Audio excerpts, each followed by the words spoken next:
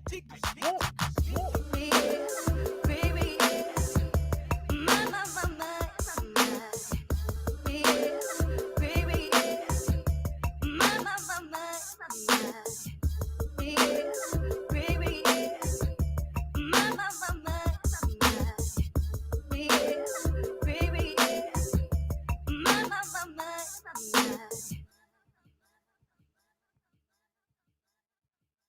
I can't take the smoke.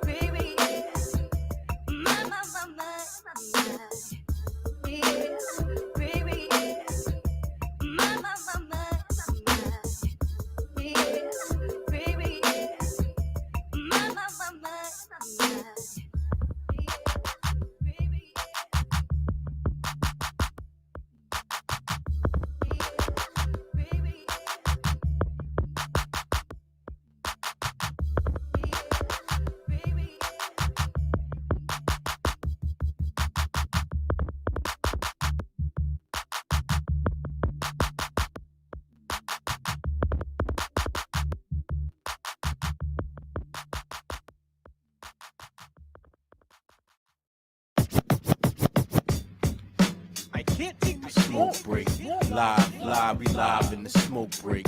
Live, live, live in the smoke break. Live, live, we live in the smoke break. We live in the smoke break. Live, live, we live in the smoke break. Live, live, we live in the smoke break. Live, live, we live. I can't take the smoke. I can't take the smoke. I can't take the smoke. I can't take the smoke. I can't take the smoke. I can't take the smoke.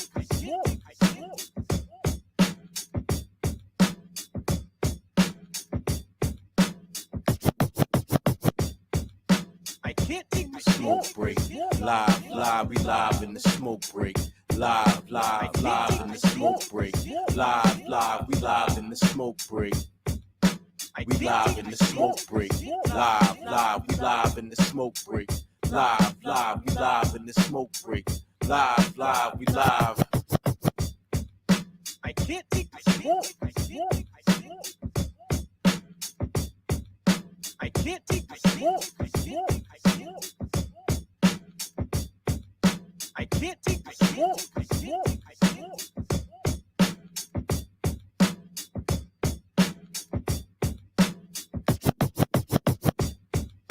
I can't take the smoke break. Live, live, we live in the smoke break.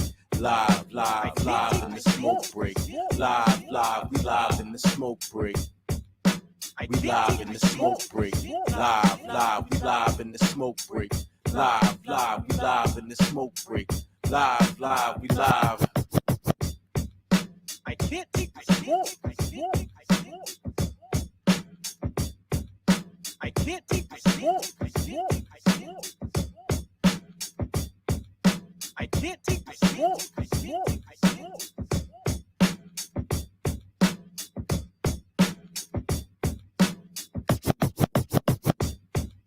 I can't take the smoke break.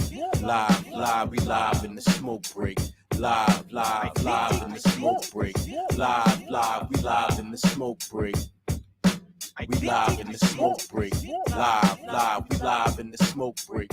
Live, live, we live in the smoke break. Live, live, we live. I can't take the smoke. I can't take the smoke. I can't take the smoke. I can't take the smoke. I can't take the smoke. I can't take the smoke.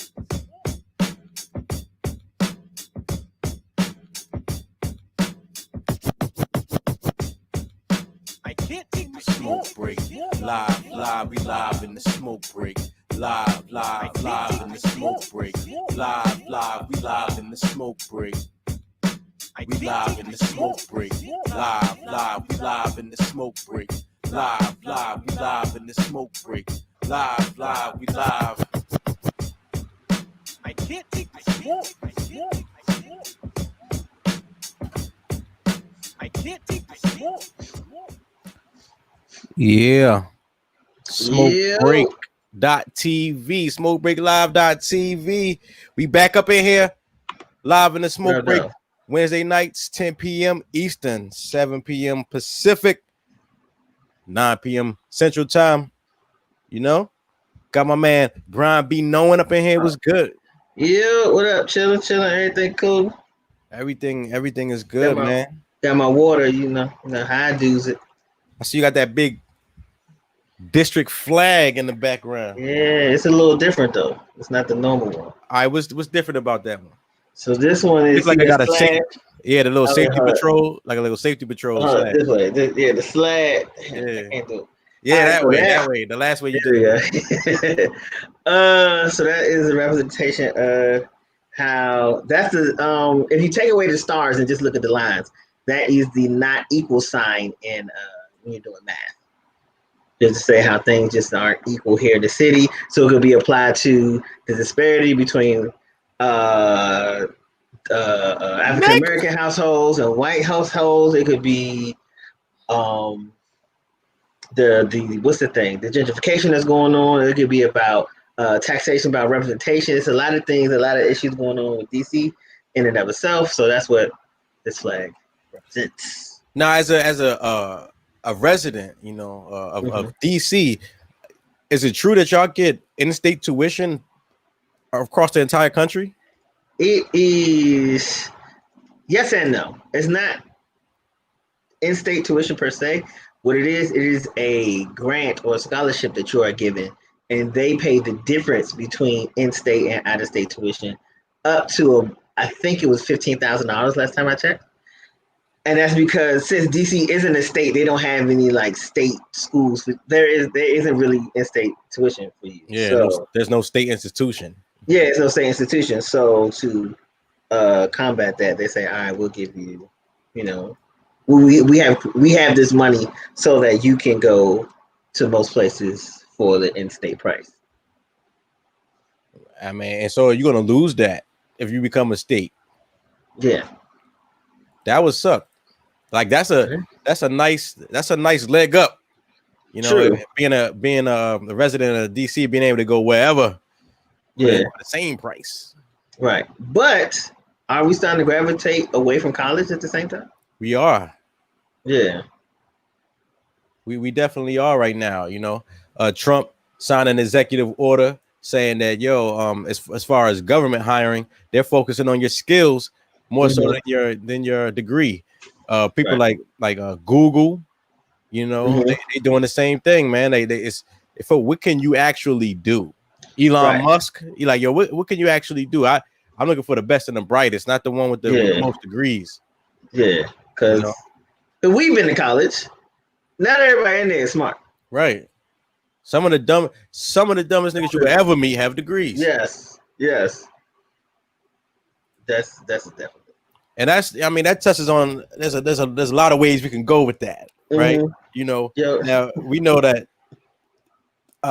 black women in America are like the most educated group, right? Right now in America. What is that equating to? I don't know, because I feel like women. First of all, school just isn't set up for people. Really, isn't set up for people to learn. It definitely isn't set up for boys to learn. Like it's hard for you to expect a boy to sit down and like look forward and listen for like 8 hours a day, 5 days a week. So when you get the opportunity to go to college, like he don't want to go. And I feel like women can be a little more better at sitting and focusing and stuff like that. Also, in our communities, and we've been talking about this for weeks, our young men aren't supported in the same fashion. And I think that's because not all, but there are a decent amount of young men who don't have father figures in the home or their leadership. And not all moms. Yeah, go ahead. Word it. Words together.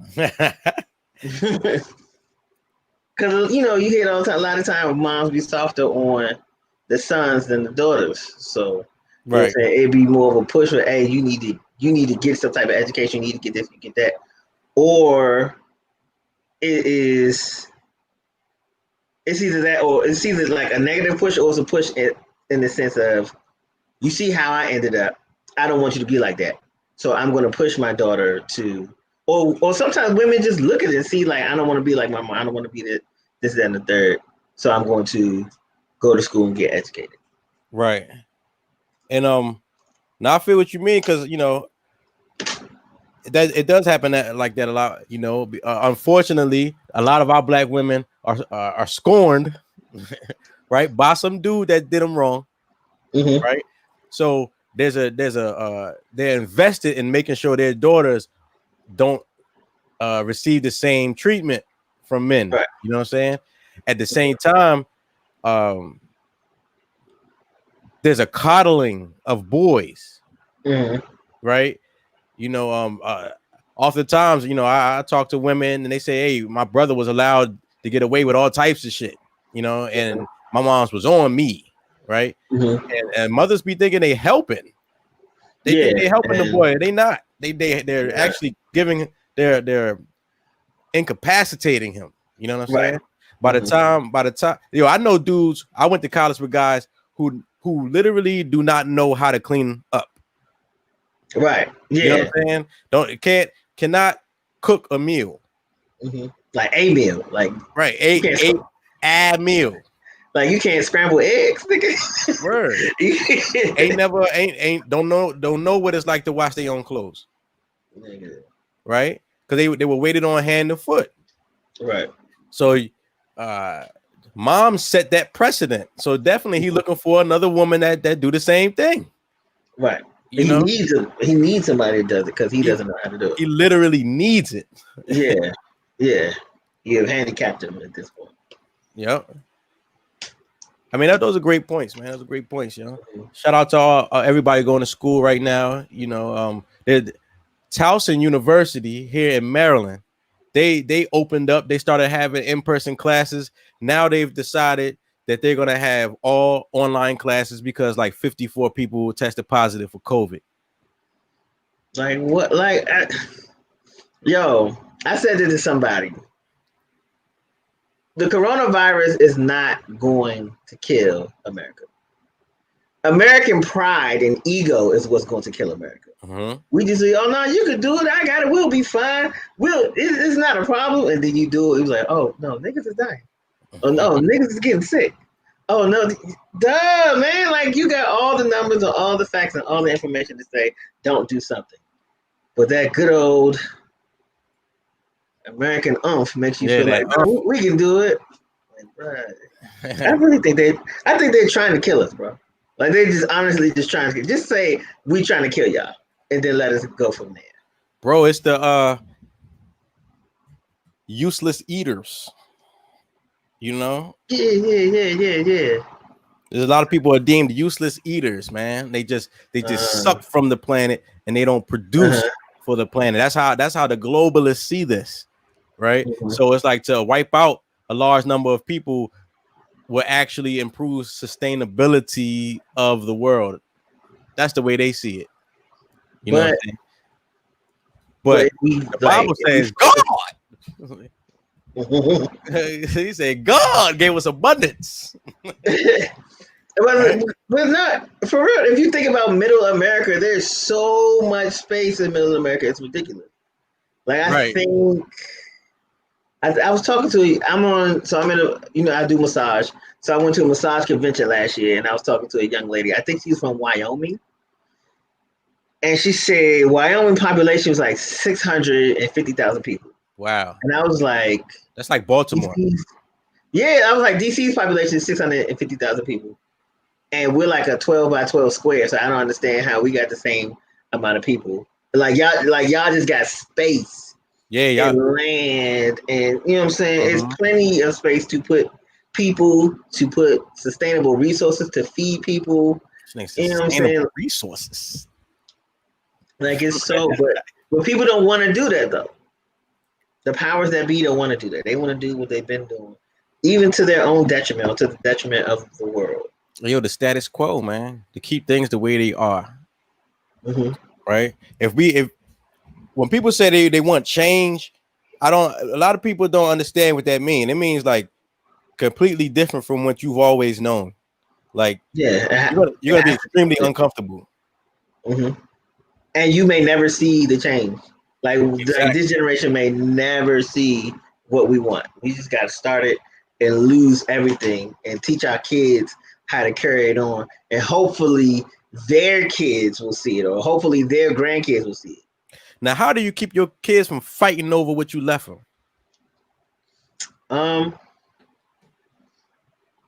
I think giving them I don't know, just doing your best to give them the understanding of caring for one another and understanding how important it is to stick together, and like showing them other families that have done it. Like a lot of these companies or businesses and stuff, these are like family businesses and stuff. Like as much as we love Hennessy, I didn't know that was the people's last name. Like that is their family thing. You know what I'm saying? So teaching them the value of that.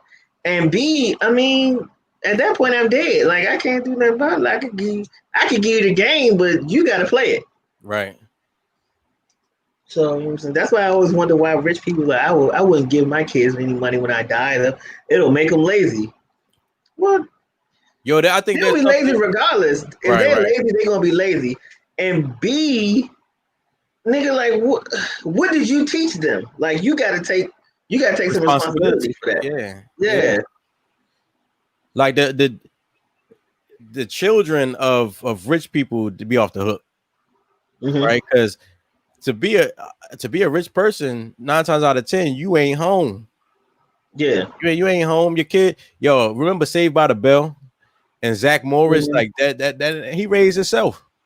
Yeah, he raised himself, right? So like that's just white kids. but no, they had some bread. They was in Malibu or some shit like that. You know what I'm saying? They wasn't. They was like rich kids. Even Lisa Turtle mom was born. Oh yeah, true. You know, but they made it a point to show that her father wasn't around. But anyway, you know what I'm saying? It's a lot. As long as we equate self-worth with money, we're doomed. Right. You know what I'm saying? As long as we could look at somebody, well, I make more than you, therefore, like right. I'm here and you're there. Like, no, like what they do is actually way more important than what I do. Like, I just make more.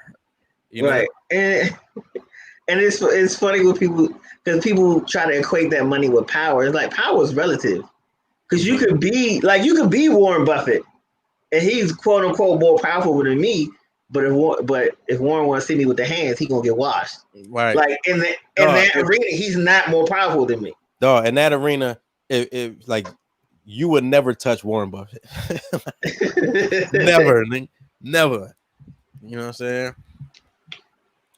Well, I'm saying, but I mean, just in general, though, a rapper, that's an even better example. I got these chains, I'm shining on you. Niggas getting their chain snatched left and right. Nigga, I got a chain. I rap for Rockefeller. Or I rap for whatever the label is. Nigga, this is my chain now. Hey, I used to be like, is rappers arguing over who got the nicest chain? It's kind of like two slaves talking about who got the nicest chains. Like, you know what I'm saying? Imagine niggas on the plantation or in chains and shit, and y'all shit is rusted, right? I got a master. All my shit is chrome, nigga. My shit's shiny. Like, yeah, hold on. That's different because people try to equate that because they feel like we are in bondage to jewelry or luxury or money and stuff like that. But at the same time, pre-slavery, that's what black people was on. Right. Like Africans been rocking gold. Like that's where gold came from. You know what I'm saying? Like we've been rocking all this stuff. So it's just our natural inclination to get back to it now. Hey, go ahead, brother. Speaking that knowledge. I'll be trying, man. But but to that point though, niggas still don't know what to do with their money. Like it was some local DC rapper a few months ago. He randomly went out to the liquor store and bought like $10,000 worth of liquor. And was just around the way, just him and his man just drinking liquor, pouring it out on the street or in the sidewalk or whatever.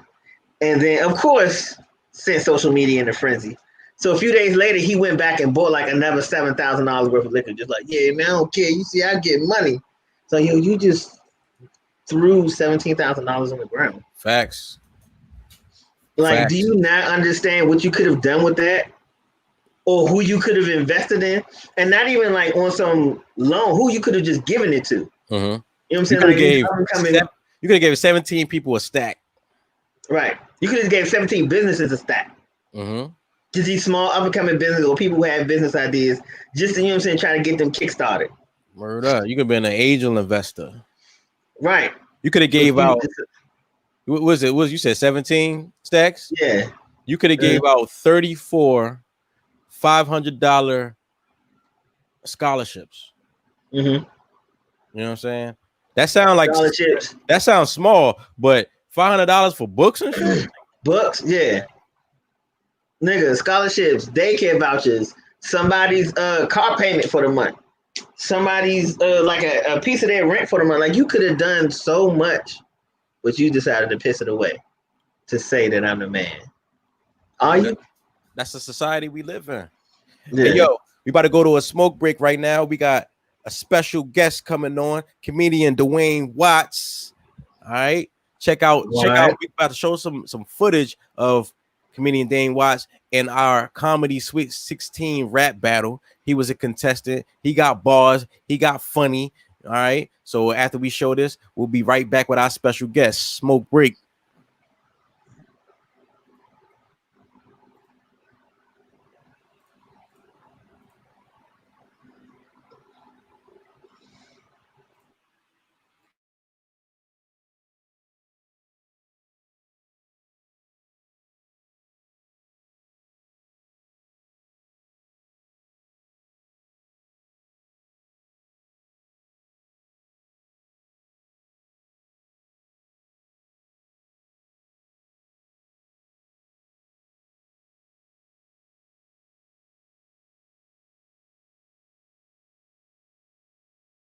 Now they done made it official. The ref done blown the whistle. They done sent Marcel Ned down here to get his issue. And that's fine. My G, I got time. I'm the one with the bald head, but wouldn't bar your hairline. And your forehead kind of swole, reminds me of landmines, and that top tooth the color of Corona. No lime. I ain't lying, shit ain't sweet, but you can tough it. You was born with no lips. Everybody called you a Muppet. See, when it comes to these jokes, my nigga, you ain't bluffing. But when it comes to spitting these bars, you ain't nothing. You just like that shit that you smoke, all huff. Got a problem, I'll DM the addy and pull up. Bars.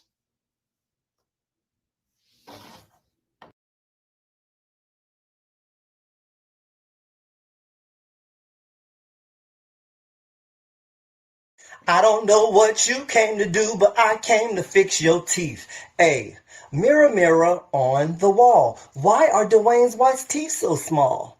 Becky the Beaver, I'll make you a believer. You already know, like your name was Frida. He got a bull. Sunday is Easter, but Jesus rose between your teeth. Hallelujah. Who, what, when, where, why, and how? Who you think that you gonna check? Hairline teller working from the back of your neck? What? What you think that you gonna find looking like Jimmy Walker? Dynamite, when is your hair gonna come back? I've been waiting on it like it was my stimulus check. Where do we go from here? That's what your hairline asking. Your hairline got ate by a tiger. Carol Baskins. How you think that you gonna recover when you look like a young and an old Danny Glover? Bars. Yo, it's round 2 and I'm coming through with the wickedness. The bald-headed wonder versus Cinnamon the Center Stick. Hey, Kevin Vegan, get your minds and get him quick before I had this rude boy swimming down the river Styx. Verbal assassin, who gassed this man to speak up? Man, don't even care that his breath smell like horse hiccups. What it is? Mr. Anthony, you need to go and brush your teeth aggressively. Yeah, go ahead and sip on that tea shit. That's why your eyebrows thick like a knock-knee fat bitch. Yeah, say it again. Go ahead and sip on that tea shit. That's why your eyebrows thick like a knock-knee fat bitch. I don't care if I lost this round. Technically, I didn't even turn this in time to even qualify. But I couldn't let that man say something about me and Danny Glover like that. Light skin burrito.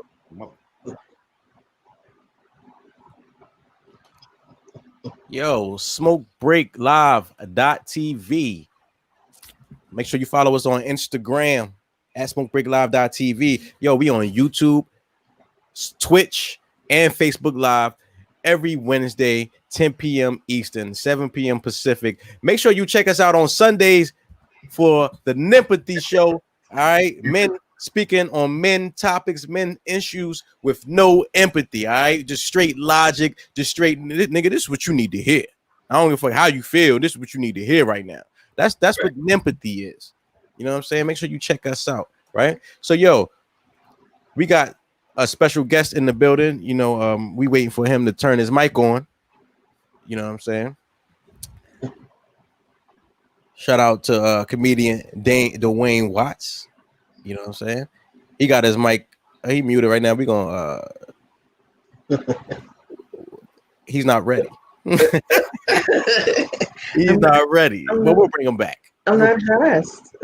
But that was DWAIN Watts. We were just showing comedian DWAIN Watts.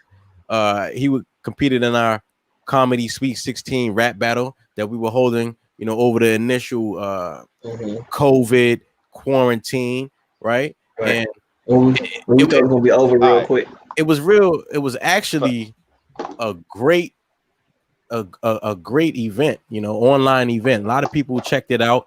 A lot of people like to see the funny, like to hear the funny. You know, they want to see comedians. You know, we like the battle stuff, but everybody's not there. Everybody don't want to just hit bars.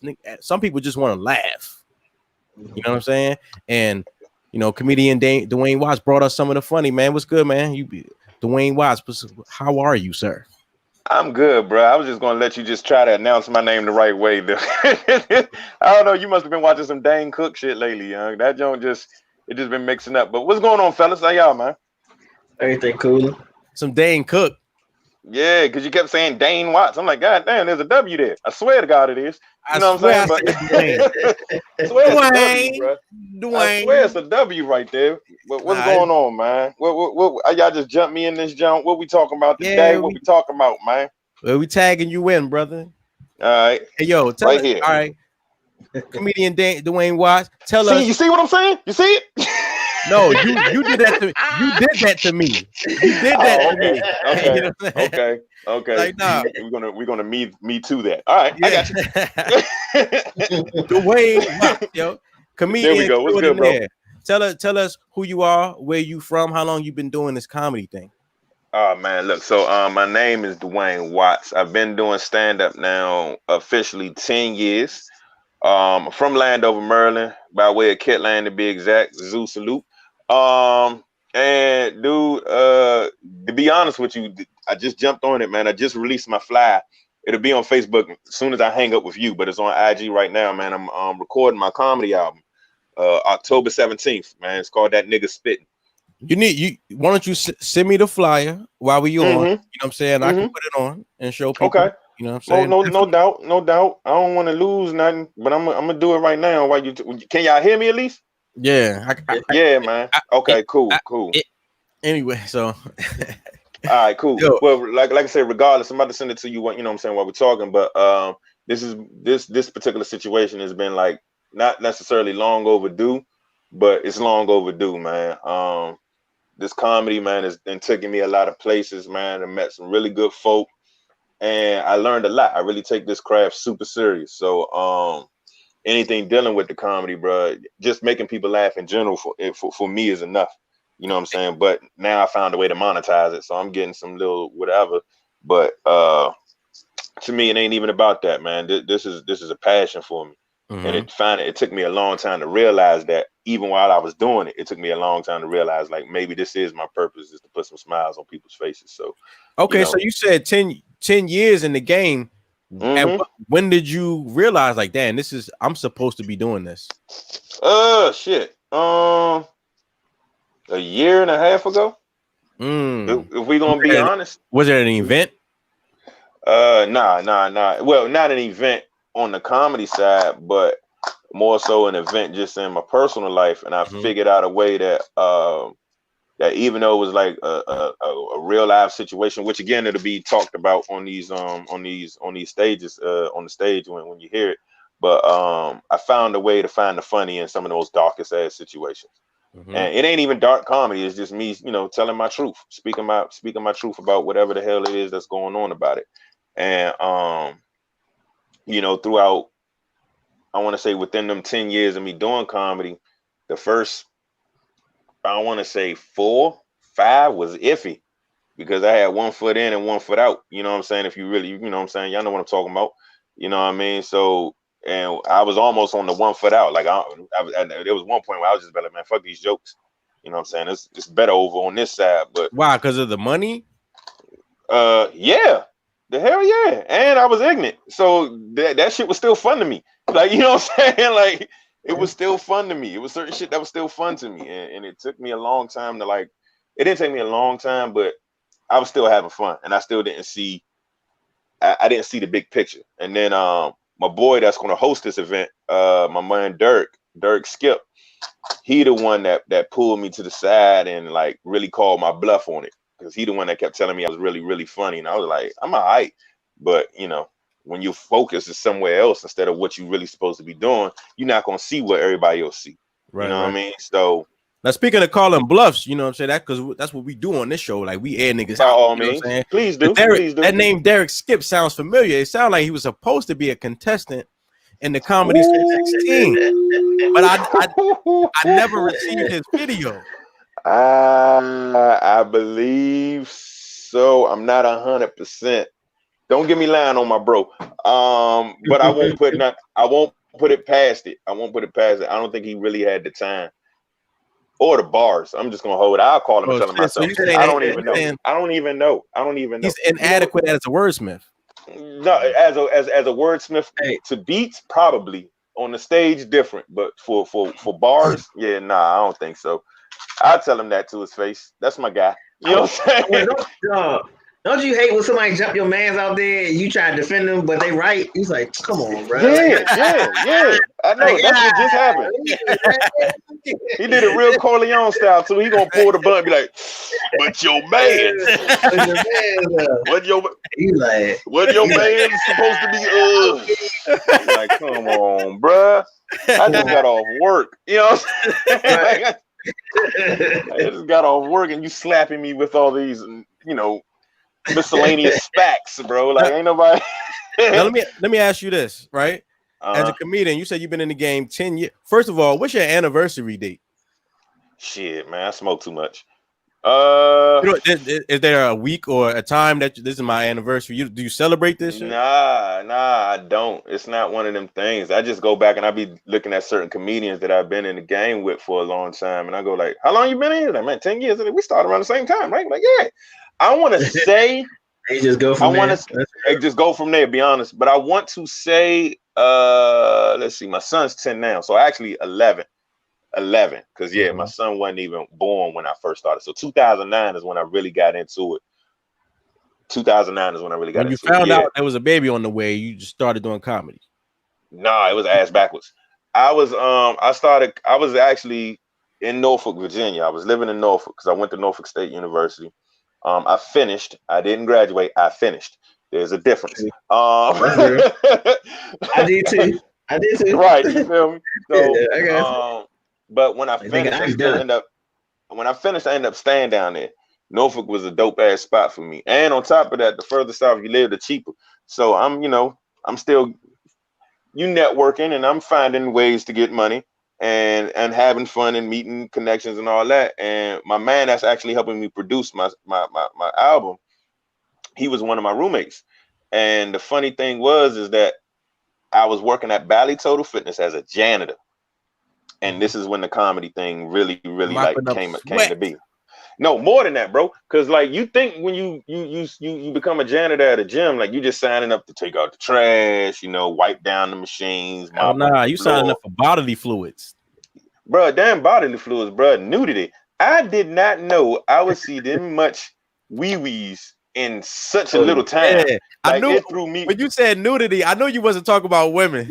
Nah, bro. Nah, bro. Nah, they gonna let him in there.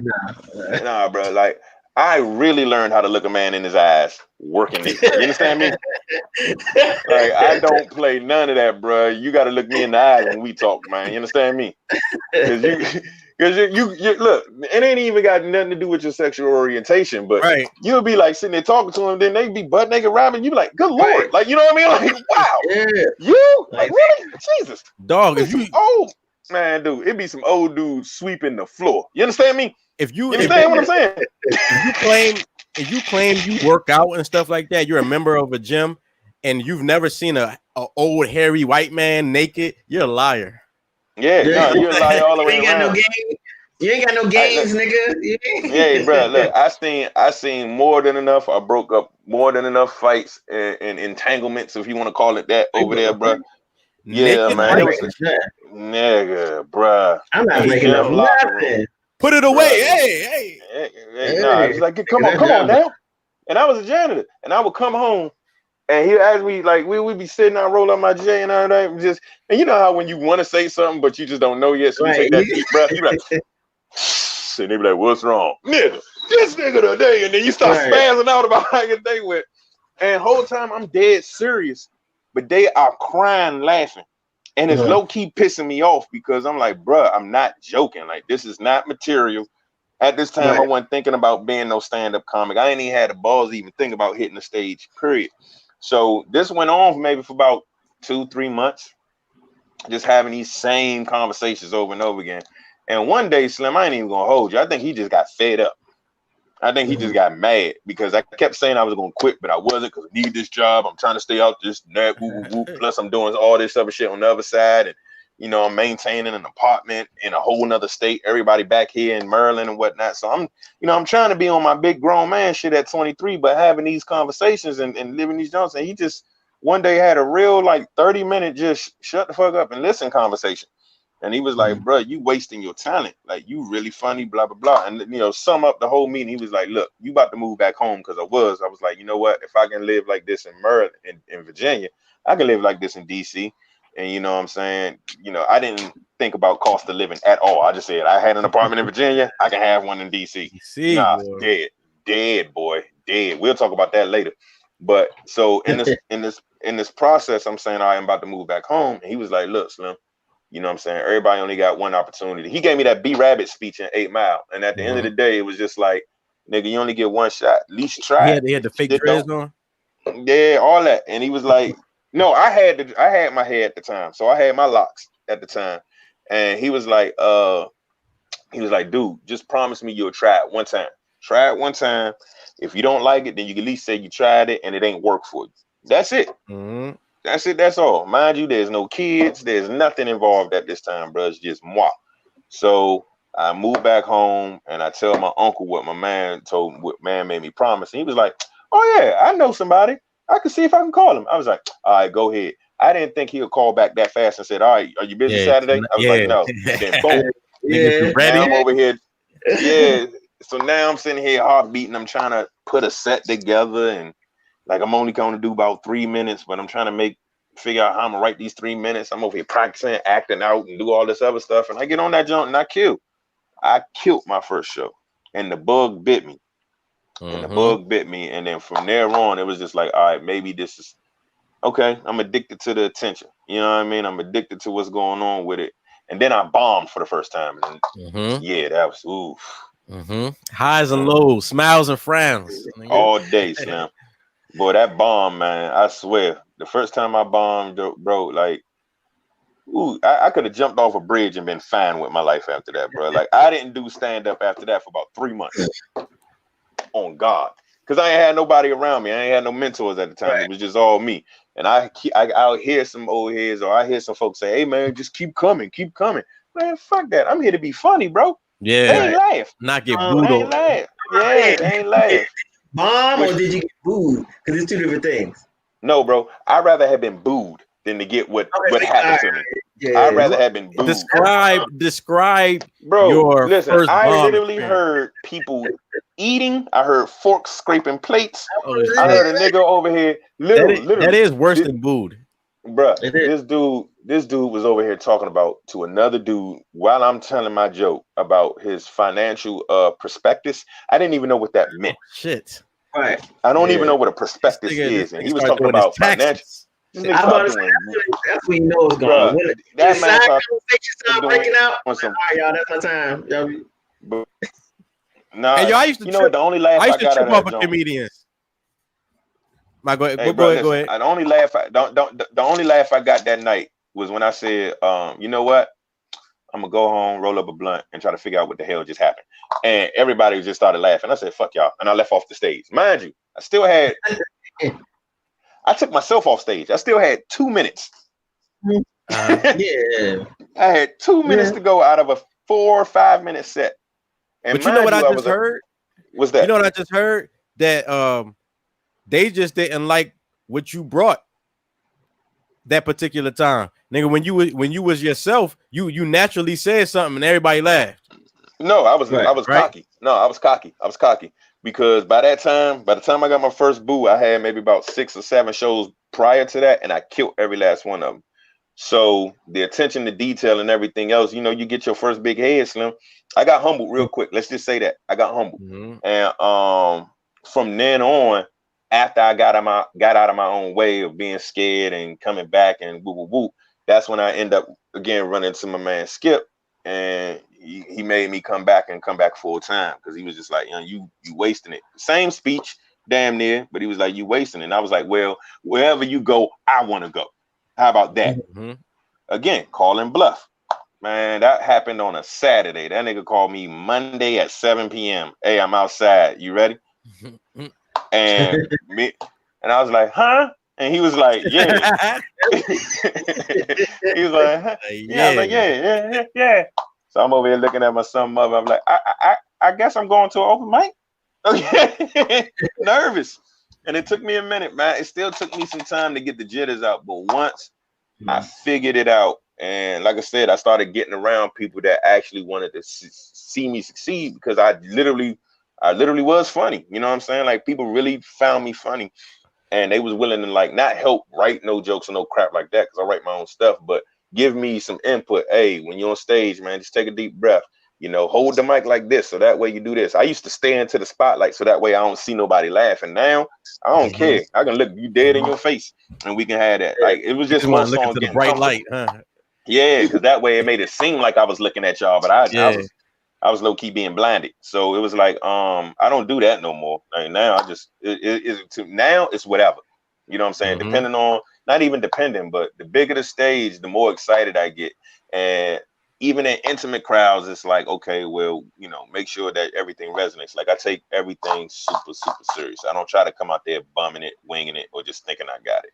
Like, before you even hit me and ask me to, you know what I'm saying, come on this junk, bro. Like, this book right here, I'm in go mode. I'm over here writing now and trying to make sure that my set for the show in October is put together properly. Right.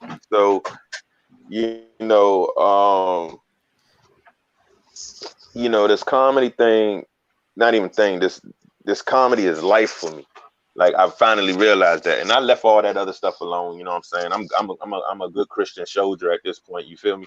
And fuck everything else. You know what I'm saying? Fuck everything else. He said, I'm a good Christian soldier. That is hilarious. Fuck everything else.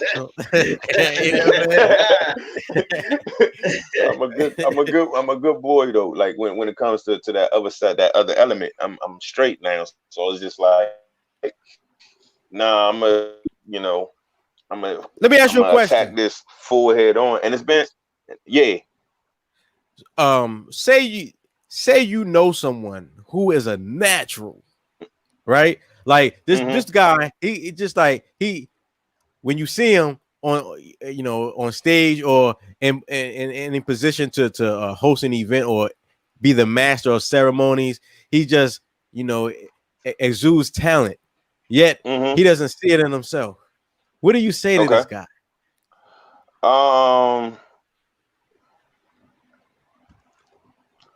What do you got to lose?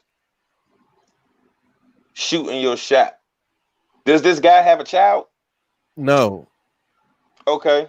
Well, there's that motivation. That's gone. You gotta feed your kids. No, you know, it wasn't even feeding your kids, because my look at it was like this. Like, you know, I got two. And my look at it is like, look, whatever you want to do with your life, you know what I'm saying, just do it. We got your back. Whatever your dream is, if you want to be a comedian, if you want to be an astronaut, I don't give a goddamn. Long as you decide that, long as you try to do that and put 100% into it, even if you fail at it, can't nobody take that away from you. You know what I'm saying? Can't nobody take nothing away from you if you tried and they didn't. So that's how I look at it. Somebody can sit there and say, DWAIN, you suck on stage. I'm like, okay, well, you want to come up here and try? And then come on up here and try it. And if you cook, you cook. If you don't, you don't. But don't sit here and judge me on something that you ain't even got the balls to come up here and do. Right. Point blank. So don't worry. To me, I don't worry about none of that no more or anything. And I'll tell somebody else that too. Like, comedy ain't for everybody. It's not. Being funny in front of your friends and them and being funny to complete strangers is two different things. And the goal is to blend one with the other. You know what I'm saying? The goal is to get comfortable enough and talk your mess on stage to the point where you can actually feel like you in your living room talking to your men and them, even though it's a mixed breed of people in the audience. You know what I mean? Complete strangers that don't know you, but you want them to get to know you like your men and them, or whoever you cool with, whoever you comfortable around. So the whole thing is just about just being yourself and learning how to find yourself on that. And in comedy, man, it take a minute to find your voice. You know what I mean? And figure out who you are. in the process and being able to be funny with it and tell it. So to whomever you speaking of that got the talent, like for real, what you got to lose, man? Shoot your shot. You only get one. This if nigga it don't nice. Work, but again, we don't know that. We don't know that. Right. We don't know that. We don't know until he gets some chutzpah and get on that goddamn stage and try it. 3 minutes is forever. I'm telling you. Yeah, I hear you. I hear you. No, it's not in the bedroom, but on stage, it's a lifetime. It's a lifetime. It's a lifetime, son. It's a lifetime. 3 minutes. I tell you right now, stand-up comedy is one of them is difficult. It's not like what rappers do, period. It's not like what singers do, period. Because at the end of the day, y'all got a track right behind y'all. That if y'all forget a line, not you, but just in general, if y'all forget a line or whatever, y'all still got the track to hurry up, jump back on, and get back to it. Nah, once they call your name, give it up for Dwayne Watts, and the clap stop. If I don't say nothing and y'all don't say nothing, nigga, we quiet. Like, you understand what I'm saying? Right. Now we just looking at each other. We like, okay. When you a singer or a rapper, like you get on stage, they already know what you're gonna do. Like they've been listening to the song for years or months or whatever. Versus comedy, you get they don't know what you about to say. And if I do know what you about to say, it's not funny no more because I heard the joke. And like I said, like and that's the difference, because here's the crazy thing: every joke been told already. That's every joke has been told. It's your point of view that's going to separate your version of this joke to somebody else's. You know what I mean? And it ends up becoming original and yours. Experience. Yeah, and that's it. You know what I'm saying? But some people, like even when it comes to the jokes, there's levels to that too. You know what I'm saying? You got to ask yourself, what's your goal? Some people that's doing stand up ain't trying to be in it to be on the Kevin Hart level. You know what I'm saying? Or Richard Pryor. They don't want to be legends. They just want to be in the mix. They're good at this. This is their lane. They're going to stay in it. There's some dudes that just want to get in, network, and then open up comedy clubs and then bring their friends in and do their thing. And then there's people like myself that I'm not doing this. I'm doing this for myself. You know what I'm saying? That's the most, I guess, cliche, common answer for that. But be honest, man, I'm not doing this to be small fry. I'm doing this because I want to be mentioned with the greats. You know what I'm saying? I want to be mentioned with the people that made me jump off the porch when it came to doing stand up. You know what I mean? The Martin Lawrences, the Prys, the DLs, the Steves, whatever, Kevin Hart, so on and so forth. I want to be mentioned in that pantheon. I'm not looking for dollars. I'm looking for respect. You understand what I'm saying? Like, I'm not in it for none of that. And even if I don't get it from the people I just mentioned, Slim, as long as I respect myself and love what I do out here, you know what I'm saying? It's I don't care. You know what I mean? Like this is nothing but building, not building, I'm sorry, wrong word. But this is nothing but stages to the top. You know what I'm saying? Stages to where I really want to be in this jump. You know what I mean? Making people laugh for me is cool. And I don't have to try. I'm learning now, just being yourself is enough. And if I'm just naturally funny, I'm naturally funny.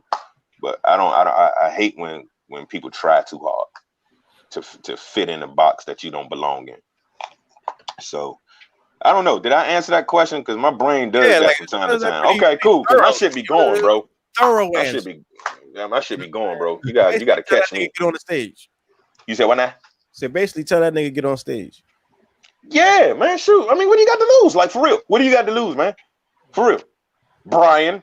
Because it sounds like you're talking about you. You know what I'm saying? Sound like he's talking about you, man. What you scared of? Talk to me. I ain't scared.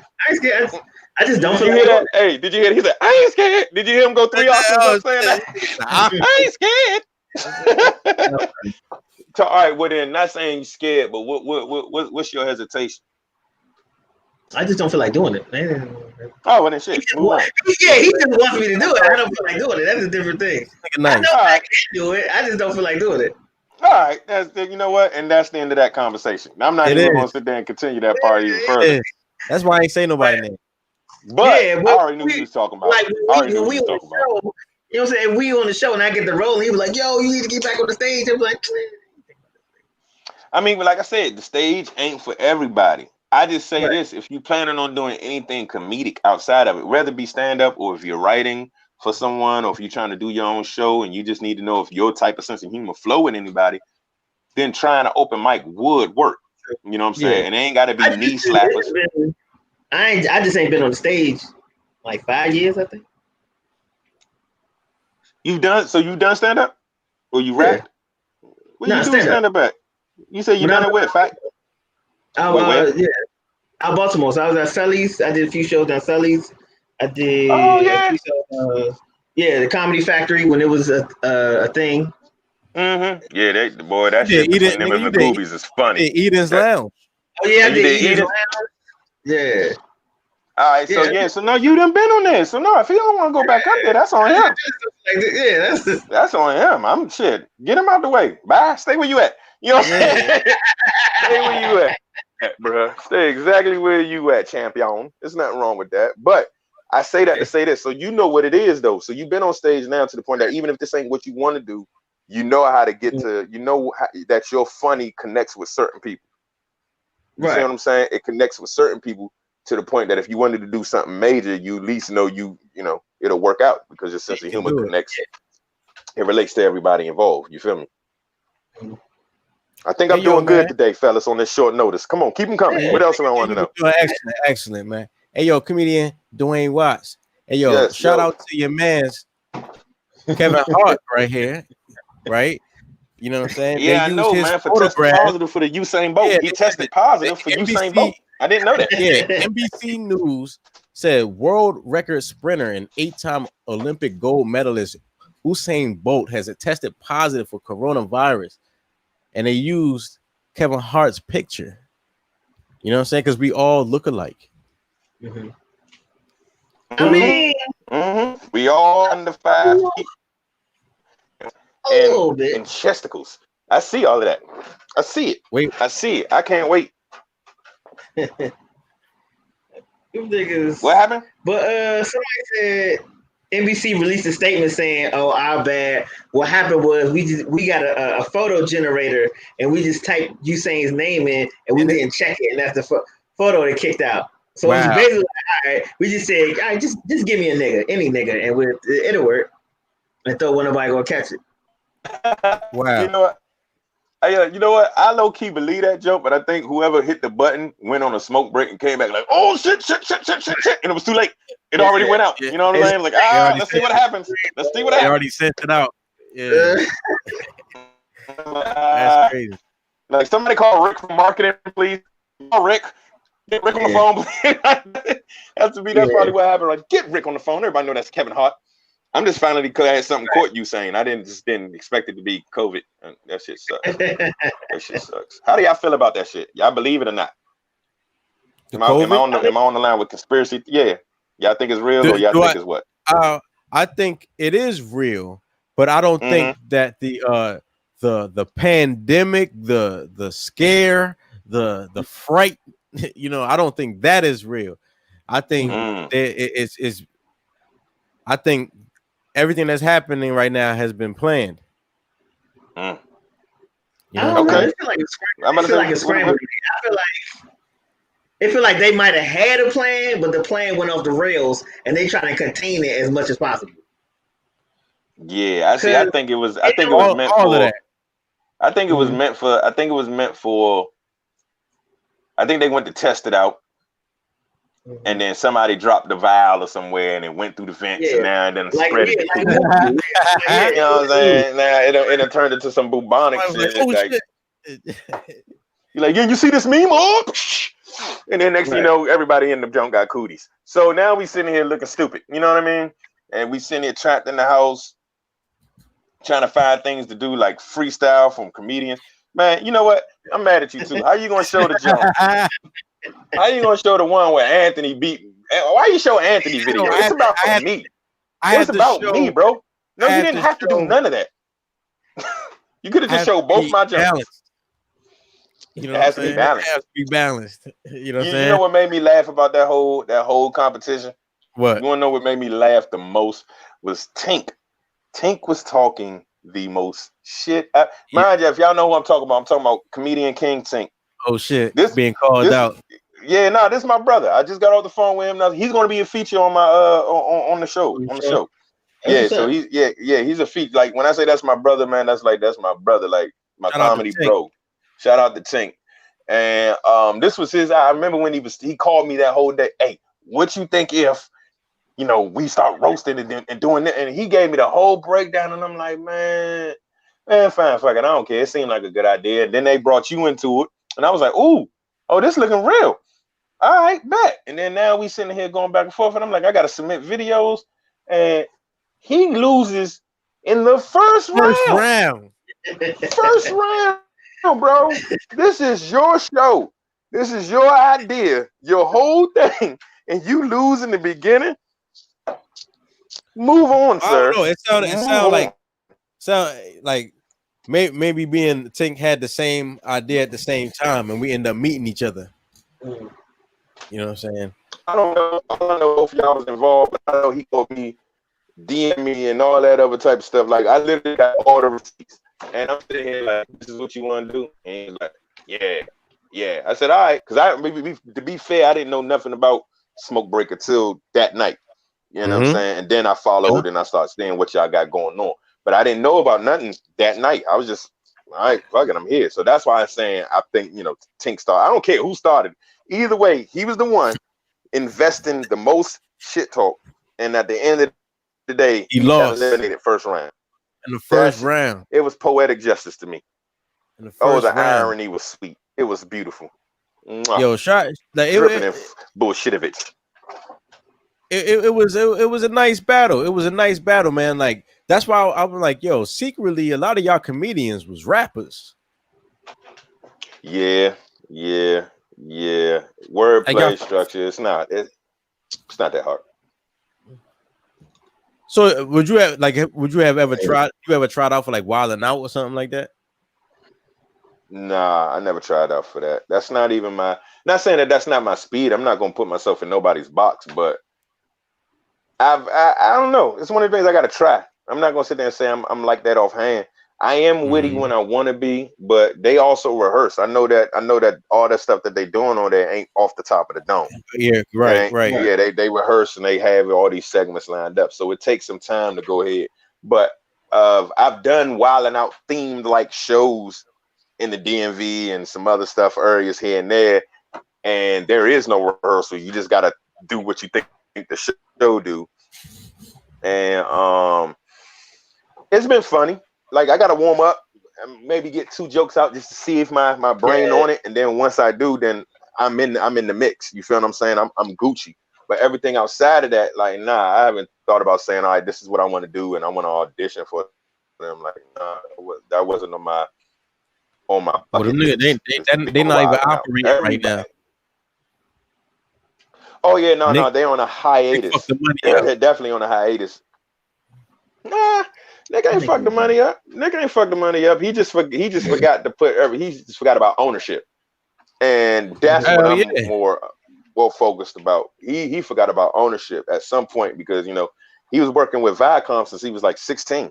So for him to be he was the big man in charge and all that, and they, he done made that show into a $1 billion series. You know what I'm saying?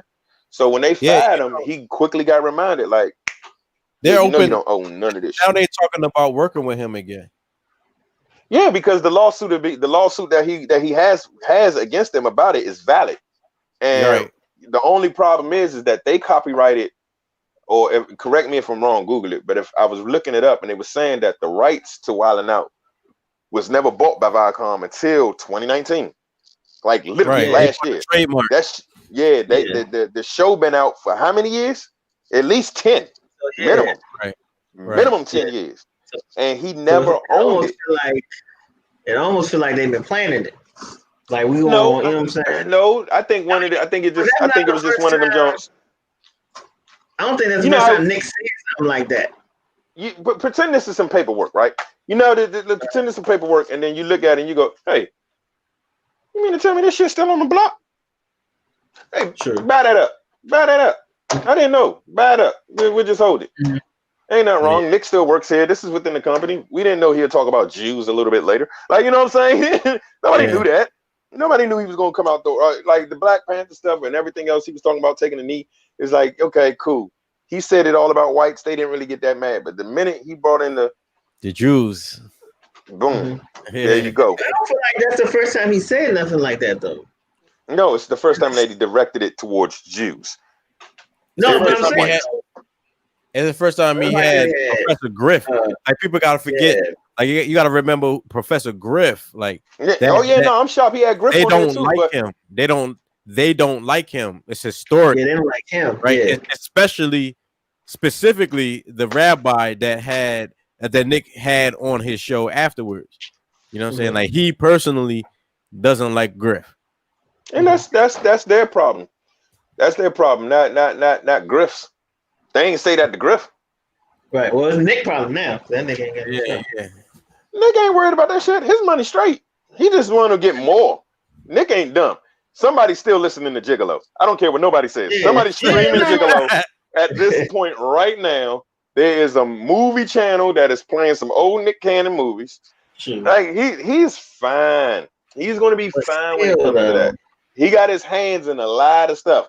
Them incredible headphones are selling to all 12 people in America, and however many people buying them jumps, somebody's buying them. Somebody's buying some Incredibles. So you know, I'm not saying nothing bad about Slim at all. My man ain't. I'm not saying my man like I know him, but Slim ain't that dumb. He probably forgot to get the trademark. Granted, but that's not. He forgot. He's not in this position. And that's important. That's important that what you said. Like he grew up in this business. You know what I'm saying? It wasn't like he was an adult coming to the business with a plan. No, man, my man was a writer at 16, 17 years old, bro.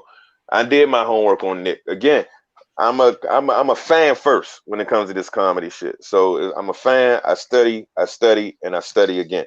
All right. If I see a comedy special on Netflix or something, like recently, Sam J just dropped it. If y'all don't know who Sam J is, look her up.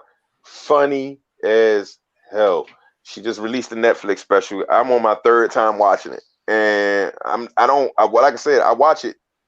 This is my study patterns when I do these jumps. I watch it 3 times. Whatever the special is, I watch it 3 times. The first time, I'm literally just watching it as a fan. I take my comedy ears off, and I literally just listen. Is it going to make me laugh? 9 times out of 10, it does. The second time I'm watching it, now I'm listening to their cadence. I'm listening to how they speak, and I'm watching their stage presence. You know what I'm saying? What are they doing to keep people attention onto them? You know what I mean? And how are they going about delivering their particular joke? You know what I mean? Sometimes the punchline ain't even a word. Sometimes it's just straight silence. Like I pay attention to stuff like that. And then the third time, now I'm not even looking at stage presence. I'm not looking at nothing as a fan. I'm listening to how they structured everything and put it together. Oh snap, that was a callback. Oh snap, he talked about this in the beginning and then wrapped it up at the end of the show. He brought it back. Like, oh shit, that full circle shit. Like that, those are goals of mine when I write. You know what I mean? When I'm writing, my goals is every time is to level up on something that I wish I could have did and actually do it.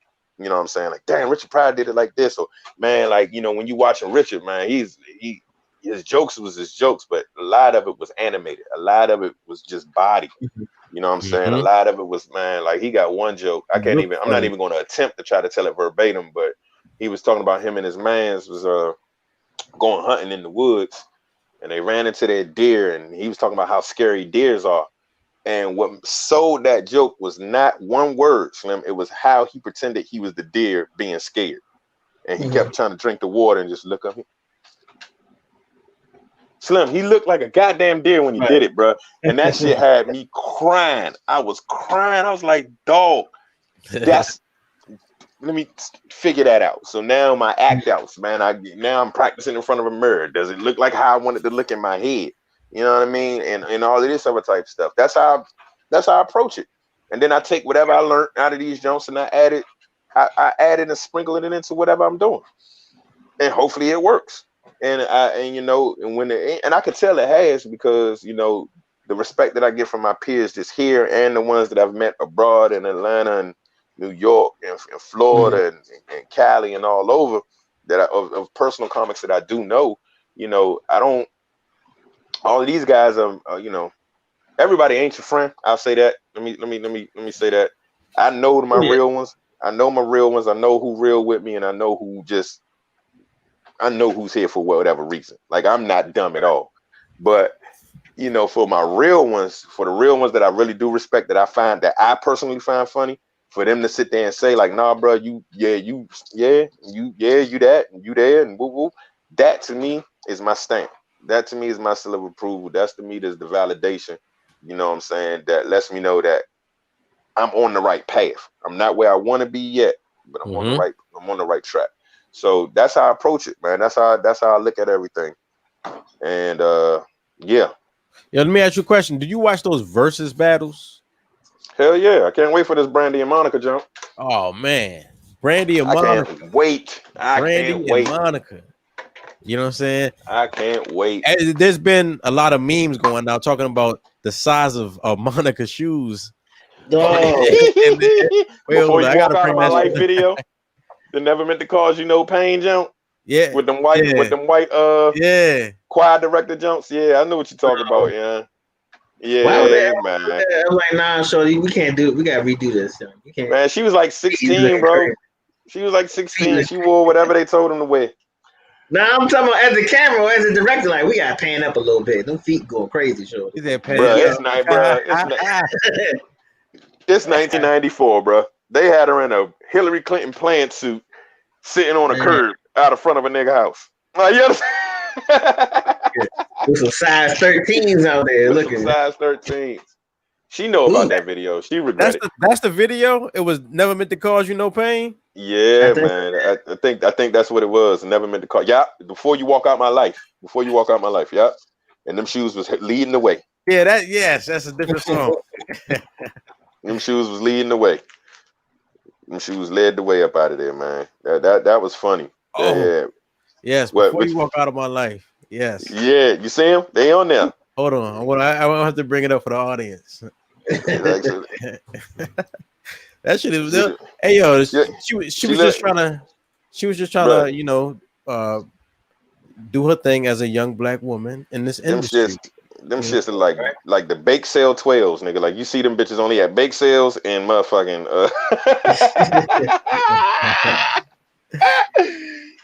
God.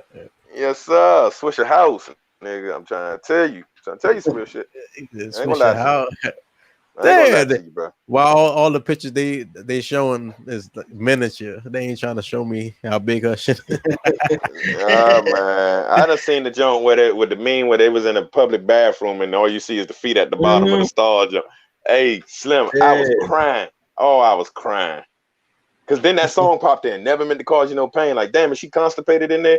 That's you see this right here. Yeah. God damn, those shoes big, son. Hey, Slim. Look at that's not even like the worst angle. Like, they had a worse angle. They was like out. Yeah, her feet were out, right? Yeah, that's the one right there. That's the one. That joint gonna blow up. See? They can't handle the feet. Yeah, they can't. Yeah, she got them Peggy heels, boy. If y'all ever watch King of the Hill, Peggy wore 11 wide. Peggy wore 11 wide. I never forgot them Peggy heels, bro. Them Jones, they used to make fun of that Jones. That show was low key funny as hell too.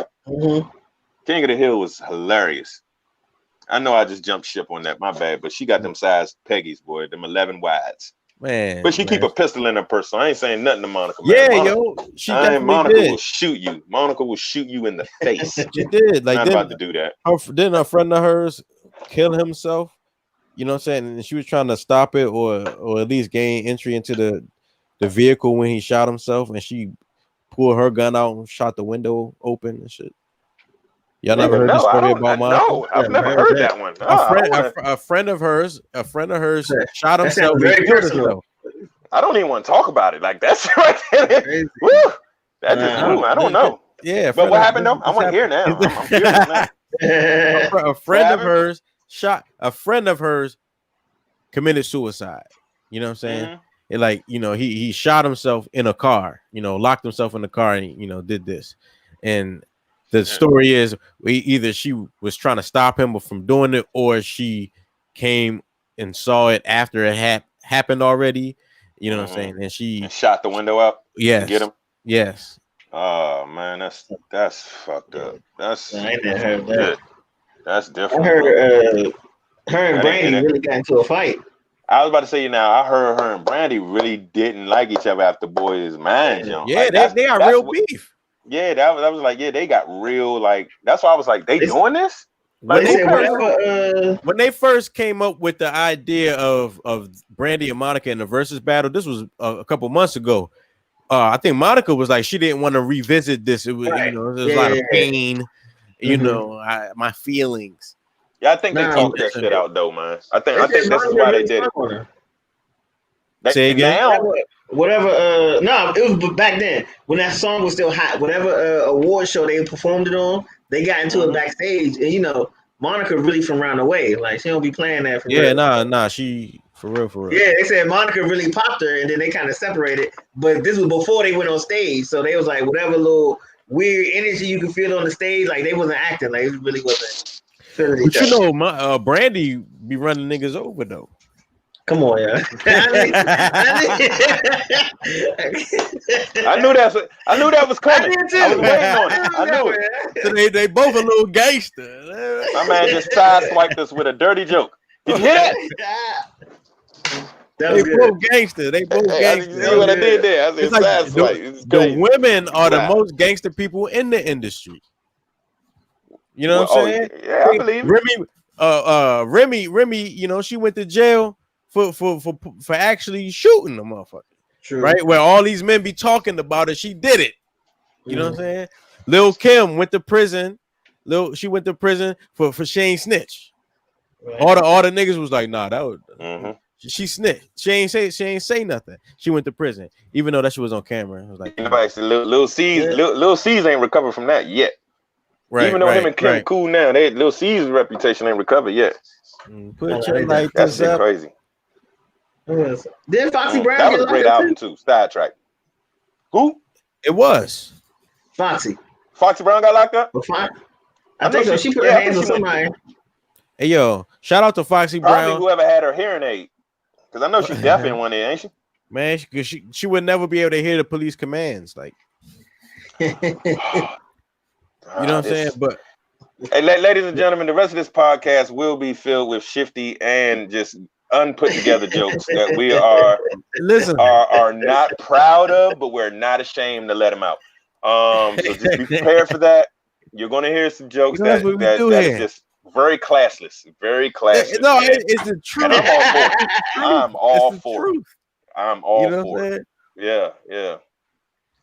But she's on the new she's on the new Nas album. Yeah, I have heard Nas album. They got a track, you know, with the Firm got back together, you know, Nas, AZ, Foxy Brown, you know what I'm saying? They got Cormega. AZ had the dopest verse. They didn't let Nature in. Nah, they didn't, but AZ had the dopest verse. AZ had the dopest verse. I heard it. It took me back to 1994, nigga, when New York Undercover was on. Right. Oh shit. Fucking JC and Torres. Yeah, man. Yeah, with Torres, young. Not that other cop, not the white guy, but with Torres right before he got blew up. Oh yeah, nah. When they added the two other cops, it was like, come on. Oh yeah. Yeah, it was like come on. They killed off my man Torres, man. Yeah, they're like, we killing two cops. Like, why you add two cops? You going to kill two cops? Yeah, because the white boy died. The white boy died. Yeah, look, they got white boy out of there. But they traded a Hispanic man for a Hispanic woman. I mean, that was cool, but they made a trade. Right. That was crazy, bro. I was like, nah, man, I'm a man Torres. That's funny. I'm a man Torres. I was pissed about that. Yo, I was 10 and I was pissed. When I was a kid, niggas used to call me Malik Yoba around the way, though. Man, that's a damn lie. I swear to God, niggas used to call me Malik Yoba. This is what happened. If they said Teddy Ruxpin, I would have been on it. If they would have said Teddy Ruxpin, I would have been like, yeah. I'd be like, yeah, I can see that. I can see that. Goddamn Malik Yoba, yo. I got a picture of Teddy Ruxpin. Yeah. Okay. I got into a fight with a nigga. I got into a fight with a nigga, and like he took off and like in the middle of the fight, he just took off and ran. So I run behind the nigga. He jump off a wall. I jump off the wall behind him and tackle the nigga in the air. So that's why they call him Malik Yoba, because he used to do that on the show all the time, like chasing niggas in the alley. You gave that man a police tackle, bro? A Hollywood police tackle, young? I know about them jokes. I slammed the dude on a car hood before. I slammed the dude on the car hood before and watched him slide and hit the little Oldsmobile emblem and shit. Yeah, I know exactly what you mean. Because that joint is like a rush. You like, hell well, yeah. I was that nigga hit me in the mouth and ran. I wanted my lick back. That nigga hit me dead in the mouth. I can't even front. Like he put my shit, like he pushed my shit back and took off. I said, oh, nah. Hey son. Hold on. Shout out to comedian Anthony Oakes. Oh shit! Just jumped into the chat room. Shout out to comedian Anthony Oakes. First of all, jumped into the chat room. Let me say something to my brother right there. Now when I say that's one of my closest brothers as well, man, in comedy, man, that's one of the guys that when he say something and he says anything he say dealing with any advice or anything that he decides to spill and give out, man, I listen to him. I love him I love him to death. Like that's my guy right there. He's the champion, the champion of the second Comedy Sweet 16 rap battle. You know what I'm saying? He's the champion. Period. He can have it. I showed a video of him beating you. Yeah, and that's the problem that I had with you at the beginning of this whole thing in the first place. You know what I'm saying? I'm accuracy in reporting. Man, shut up. You know what I'm saying? That's what that is. Shut up. You know? No, it didn't. No, I don't want to hear that. But shout out to my bro Ant, man. Like I love that boy. I love him to death, man. He's one of the funniest people in this area that just hasn't. Once we get our spot, man, I'm trying to tell you, this new wave that's about to come out the DMV, man, is crazy, man. It's already on. DMV shout out to my man Rollo. Yeah, they do, man. Shout out to my man Rollo. Rollo Boykins, if y'all don't know Rollo, man, he just dropped his album Birth of a Troll. Sashay, My Honest Ignorance. My Honest Ignorance. Both of them Jones, you can get them all right now streaming heavy. And they funny. And they from here. And it's hilarious. Hilarious. Okay. You met Per? Yeah, you met I met Per Stewart. That's my sister, man. Like, yeah. Oh, yep. Shout out to Ebony. That's how I call her. Ebony. Miss Jackson, if you're nasty. Miss Jackson. Yeah. I just call her Ebony. She was like, "What up?" I'm like, "All right, Ebony." You know what I mean? That's the homie. But that's a old time. That's a homie. Hold on. Yeah. Hold on, y'all. I'm sorry. Somebody over here trying to call me. Oh shit, it's all good. Y'all, give me. They don't know how to hang up. I'm trying to.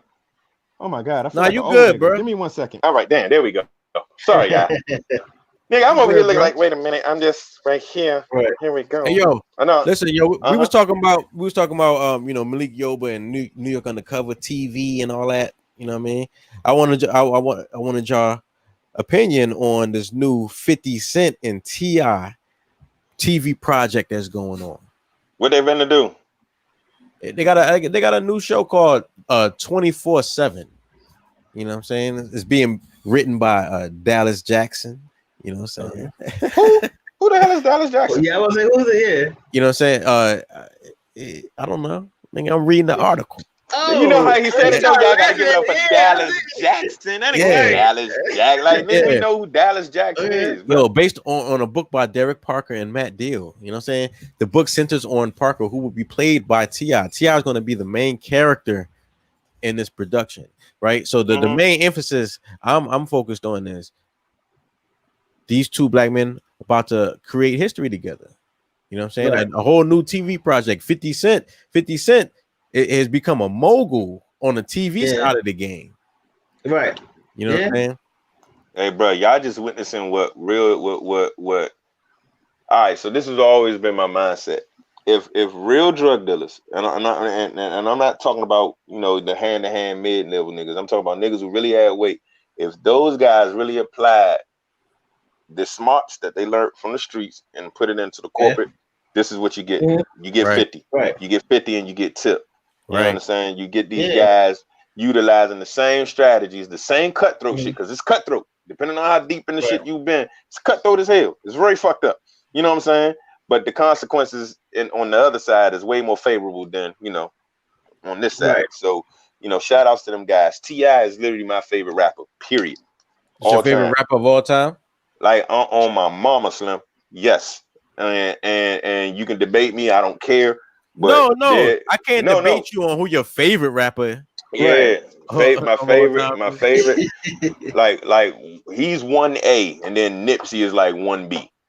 You know what I'm saying? Like them two are my top, but T.I. will get over Nipsey any day in my book, and I love Nip. So when it comes to T.I., like no matter what he do, Slim, I'm probably gonna be with it regardless. So you know what I'm saying? If this is what he doing, then yeah, okay, fine. It is what it is. Even when he was out there trying to fight Floyd and shit. Yeah, I was with that.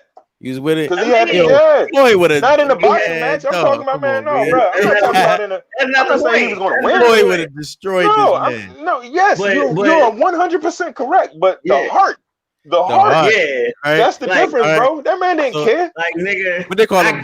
Fight you. Symbolic victories.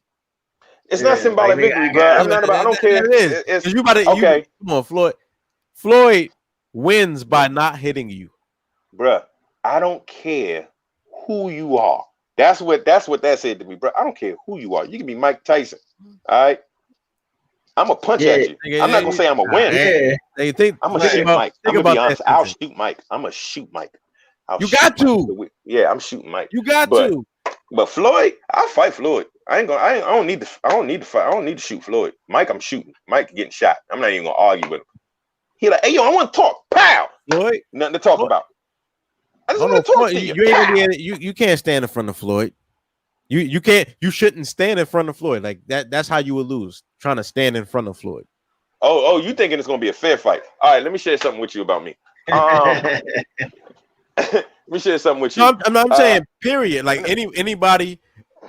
That's because comparable size of Floyd. It doesn't. Listen. That's not how you beat Floyd, by standing in front of him. You will lose. We are not boxing. We are street fighting. There is levels, and I am at the top tier of levels in street fighting because there is no rules when it comes to me, dog. Somebody in the chat said you look like Dalsum. Who said that? Please give me their name. Oh. I'll get it to you. I'll get it to you shortly. For some reason, that sounds familiar. I'll get it to you shortly. For some reason, that sounds real familiar. It sounds real familiar. I want to say Tink said that shit, but I'm not 100. Who said it? Where's the comment? I gotta find it. Hold up. Anyway, go ahead. Keep going though. No, all right, hold on. I'm gonna get back. That Dawson comment was hilarious. Go ahead. Because now I just see my arms stretching out and everything else, and I'm sitting about to do the little boogie jump. You remember when he won the jump? Yeah. All right, back to the serious. Yeah, I don't fight fair. I'm the type of dude that'll sit here and like I'll punch you, I'll bite, I will scream during the fight. I scream like I was like, let me go. No, if a dude yelling "let me go" in your ear real loud, real close, you're gonna get distracted. You're going to. That's what I count on. Like, is this nigga real? Yes. Bam, bite, crunch, let go of my balls. Not until you calm down. I'm that guy. You know what I mean? I'm that guy. Dog, you're not fighting it. I'm not. You're put it like this. By the time we done, you can sit there and say you won all day, but you ain't gonna fight me again. Hell nah. That's the goal. That's the goal. That's the goal, bro. I'm not gonna sit here and pretend I'm gonna win every fight. I'm not. But you're not. I promise you, once we done, you're not gonna want to go another round with me again, bro. You're gonna just shoot me. You gonna shoot me, bro. Man, you got to make that victory hurt, nigga. Oh no, I'm gonna make you earn it. I'm gonna make you earn it. Like, you know, I think I got hepatitis. Yep. I gave you hepatitis. You know what I'm saying?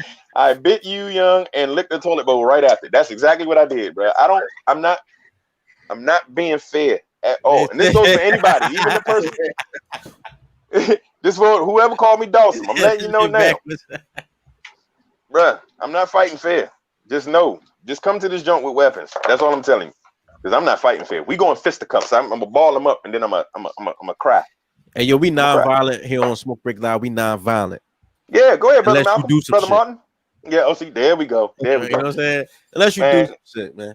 Hey, truth be told, Slim, I ain't been in a fight in a minute, dog. I took a rain check, nigga. I be tired. I know my conditioning ain't there right now. Hey, yo, that's what it comes down to. Who's in shape right now? Yeah, right now. Like if I see it, if a nigga look like he got more cardio, I'm gonna be like, bruh. I mean, is it that serious? Black lives matter, right? Can we? Yeah. Come here. Give me a hug. Give me a hug. Come here. Come here, big guy. Come on, Brian. We're educated. Come here, big guy. Don't tackle me in the air, big guy. Come on over here and get some of this love over here, man. I'm passing out love hugs. That's all we doing. I didn't mean to say that thing about your mother. Are you a sports fan? Are you a big sports fan? Yeah, bro. Like, yeah. What, all right. NBA, NFL, NHL, NBA. I'm black, bro. MLB. So I'm little in, but I'm NFL and NBA is right there. What's your favorite? I'm gonna be honest with you. I mean, I don't really have a football keeps me entertained because it's shorter, but basketball was like my thing. Like I really loved basketball. Hockey, low key is my thing. But I only watch that like right around towards the end of the season when shit counts in the playoffs. Like I treat hockey and baseball the same way. So you like the Capitals now that they won something? Now you like? Nah, bro. I've been a Caps fan. I've always been a Caps fan. It's just I've never, even when they went to the jump back in '95, I was like, no, I've been a huge fan. I just, I just don't watch them during the season, and I didn't understand the lingo. Now that I know what the lingo, it all makes sense to me now. You know what I'm saying? So I pay attention. Yes, I was downtown when they won that jump. I was down there. I was at the parades. Was down there for photos. The Mystics.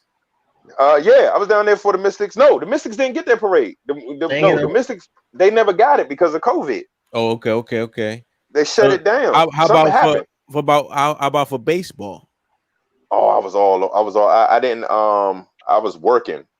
I was either working or I was out of town. It was one of the two. I know I couldn't make it downtown the night they won it all. I know I wasn't down there for that because it would have been crazy.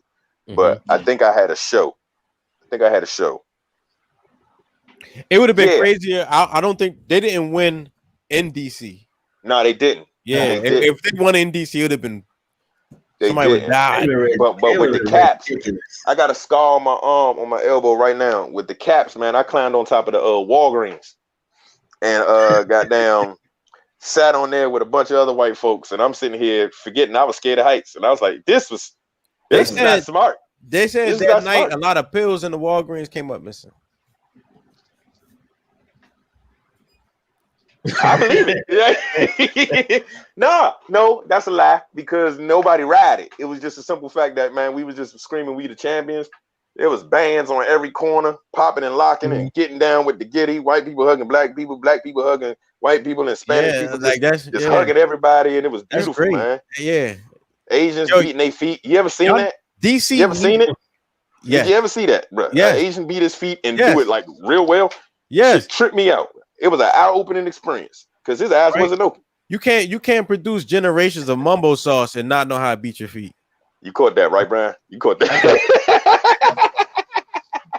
No, you're right, but Slim. At the end of the day, that joint was love, man. I still got the paper.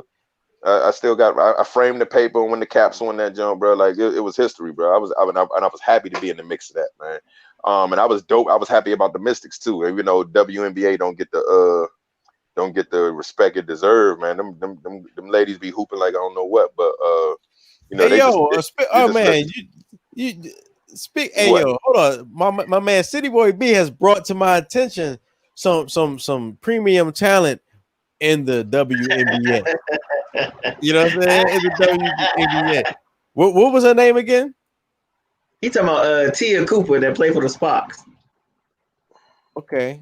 You talking about Tia Cooper? Like she plays now? You talking about Cynthia Cooper? Yeah, nah, Tia Cooper. She a rookie. Oh, okay. The Sparks. What about her? Nah, she was just playing in some short shorts, and I joined you just clapping, and she was running up and down the court. Send me the link. Send me the link. But nah, y'all stupid, man. Because social media try to go crazy, like y'all men is perverts. Y'all just looking at this. I'm like, first of all, y'all been complaining this whole time because we don't watch the WNBA. Now we're trying to watch it. Now you mad.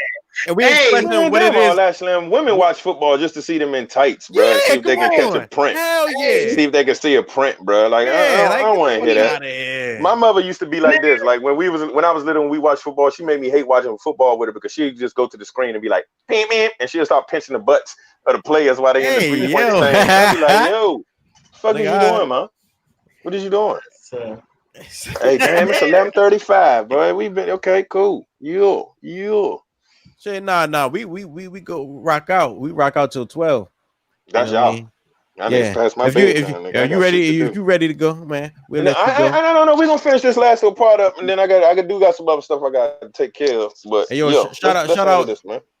Yo, shout out all your social media. Matter of Yeah, fact, we'll do, man. did you I can send do me that for you. did you send me your flyer?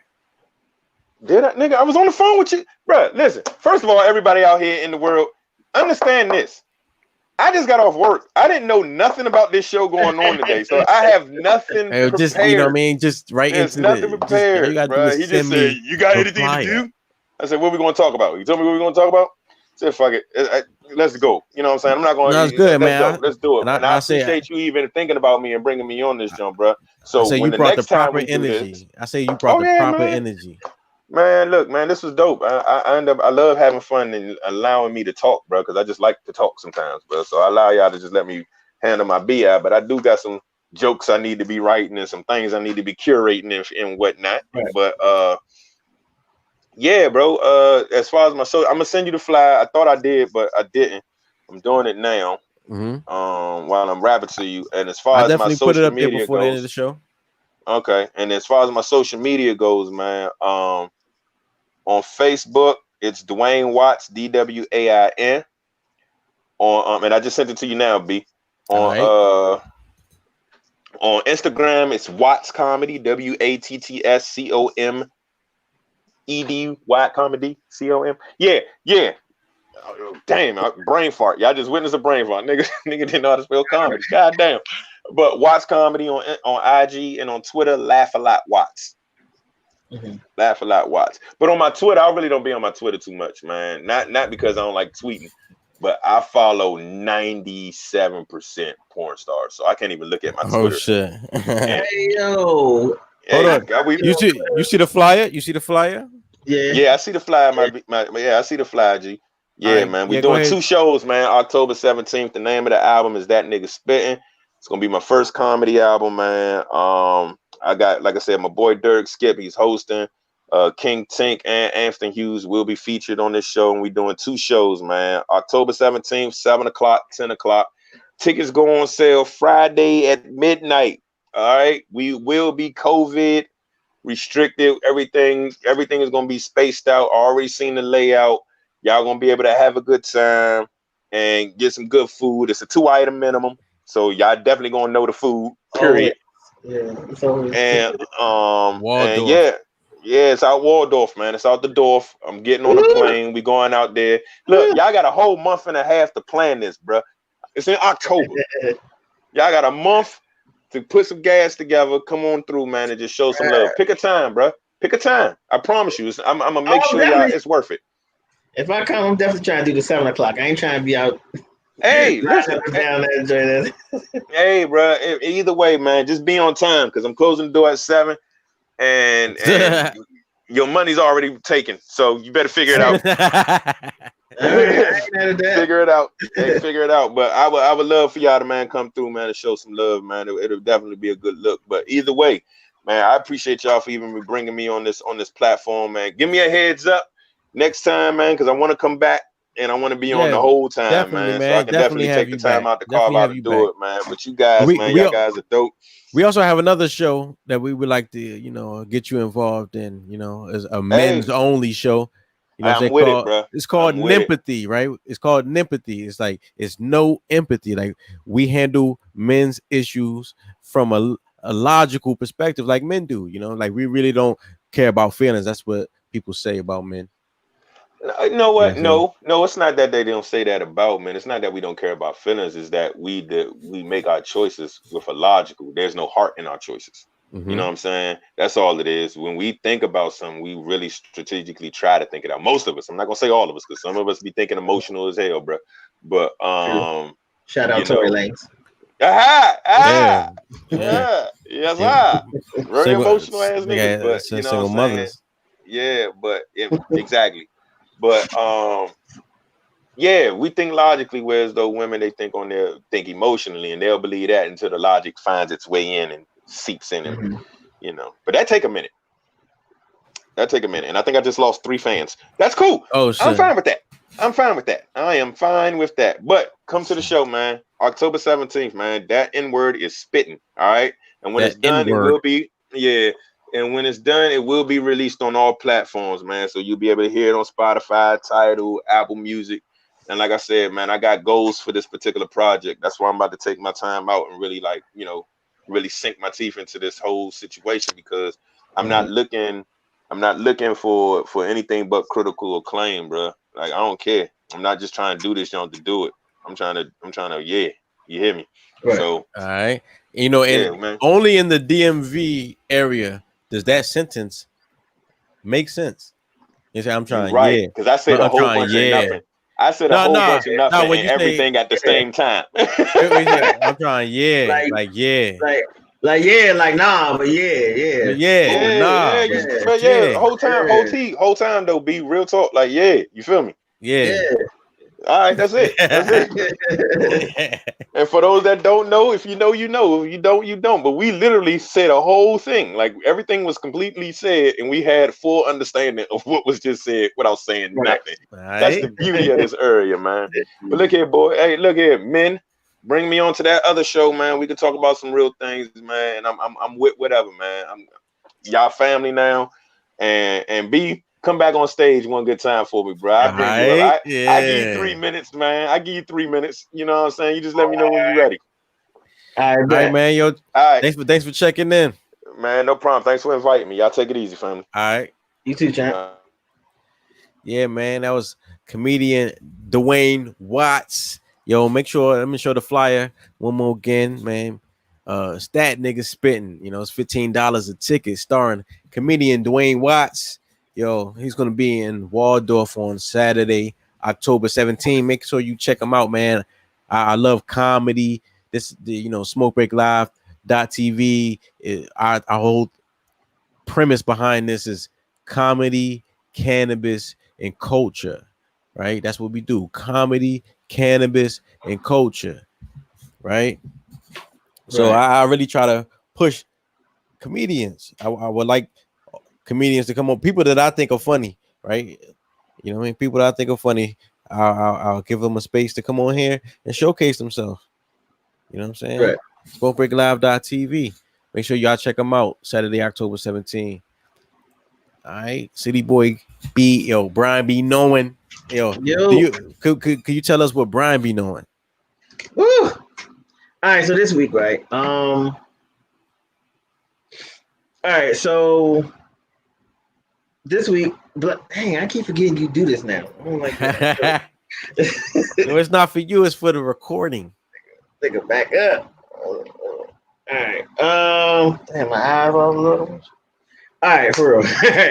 Okay, so boom. So this week, my Brian be knowing thing is Black people. We have to stop saying that, or the phrase that, oh, Black people come together or work together, or Black people don't know how to work together, or all Black people can't get along. That is not true. And you say it as if all races get along. They don't. Every single day, we watching these white Democrats and these white Republicans argue and go back and forth all day, every day. As a matter of fact, we watch Democrats argue with other Democrats up until about this time, when now they got to fake play nice to figure out who's going to be president. Yeah, and the same thing for the Republicans. These people do not like each other. North Korea and South Korea, it's the same Korea. They split in half. And they got soldiers at the border pointed at each other 24/7. All other types of Asians don't get to like each other like that. All type of Hispanic people don't like each other. All type of Middle Eastern people don't like each other. All type, you know what I'm saying? All type of people do not like each other. It's not just us. The problem is all you know is Black people. If you try to get some culture about you and go spend some time with some other people, you will see that nobody really gets along. Right. A, B, whatever you complaining about, 9 times out of 10, there actually is a black person somewhere spending money and time and energy in that area to fix it. So how about you stop crying, stop complaining, and actually do something? Because 9 times out of 10, the same people that say these things aren't doing anything out in the streets or anything out in the community to fix the problem that you're complaining about. Shut your face, get on your job, do what you want to do. Be the change that you want to see. Because somebody else is already doing it. You need to play catch up. That's my Brian B. Knowing for the week. Oh man, that was Brian B. Knowing right here on SMOKEBREAKLIVE.tv. Live in the Smoke Break every Wednesday, 10 p.m. Eastern, right here, YouTube, Twitch, Facebook Live. We out here. Tell a friend to tell a friend to tell a friend. Yo, we bring comedy, cannabis, culture. That's what we do here. You know what I'm saying? Brian B. Knowing. Hey, yo, what's your social media? Brian B. Knowing on the IG. Brian B. Knowing on the Twitter. If I get some Twitter followers, I tweet. I just don't be tweeting. Don't worry about my Facebook. Y'all be. That's what it is, yo. Sometimes you gotta have your social media private. Yeah, I be thinking about that because I don't want my jobs to be like, what this nigga talk about? Ownership. True. That's what we preaching, man. Because you can't even. Like, what if I do a good job? Like, what if I'm an excellent employee? I just say wild shit on social media. Mm-hmm. And that'd be the tough part. Cause at my old job, I was one of the best employees, but I used to be late a lot. But it's like, can't nobody do what I do. So hell nah. What you gonna do? Yeah. You gonna deal with the lateness, or you go? Cause you can't hire nobody else. Can't nobody else do this? And if you hire, I'm the one that train them. Right. So what you gonna do? You might as well just go ahead, just stop crying. Yeah, I'll be setting right. a bad example. Yeah. Oh no, I was not setting a great example. I was a heart and soul of that establishment. They was devastated when I left. I just be late sometimes. Shit, yo, we gonna wrap it up. Yo, SMOKEBREAKLIVE.tv. Yo, follow me at SMOKEBREAKLIVE.tv. Also, SONICBOONETV on Instagram. I'm gonna start paying more attention to that Instagram. You know what I'm saying? Hey, yo, YouTube.com/SmokeBreakLive. We got Twitch.tv/SmokeBreakLive DOTTV. All right. Instagram, SmokeBreakLive.tv. Yo, follow us. We out here. Yo, shout out the homie J3Z checking in the chat. You know what I'm saying? Checking in the chat. Yo, shout out Jerome Lighter. You know what I'm saying? Checking in the chat right there. I say Jerome and shout out the homie Anthony Oaks, comedian Anthony Oaks. Yo, champion of round 2 of the Comedy Spit 16 rap battle. You know what I'm saying? We gotta have him on the show. You know what I'm saying? Hey, yo, and make sure you check him out on Tuesdays, right? He does the Black Think Tank, you know, with Patricia. You know what I mean? Okay. Yo, we just gotta uplift each other. This is a medium that, like, if we get into the forefront of it right now, we can control. Like, everybody, like, right now, we saw what has happened to us as a culture as we create culture and other people monetize it. Right now we know what we need to do to monetize it for ourselves and control it.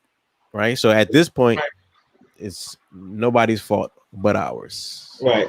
Niggas be acting like they don't like them, but Master P be dropping jewels. A lot of fat. Jewels. And he dropped his family just now.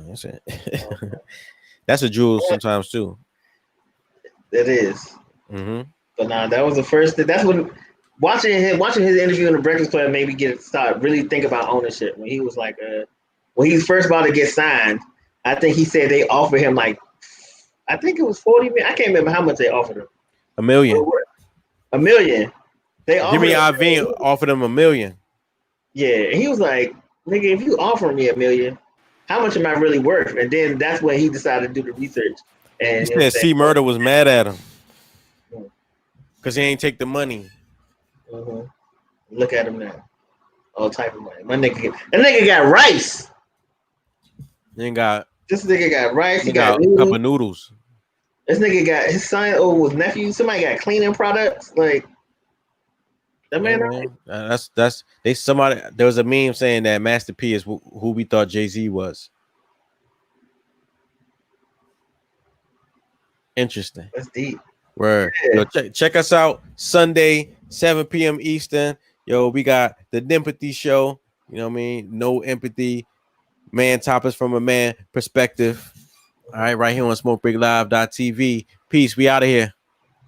Right.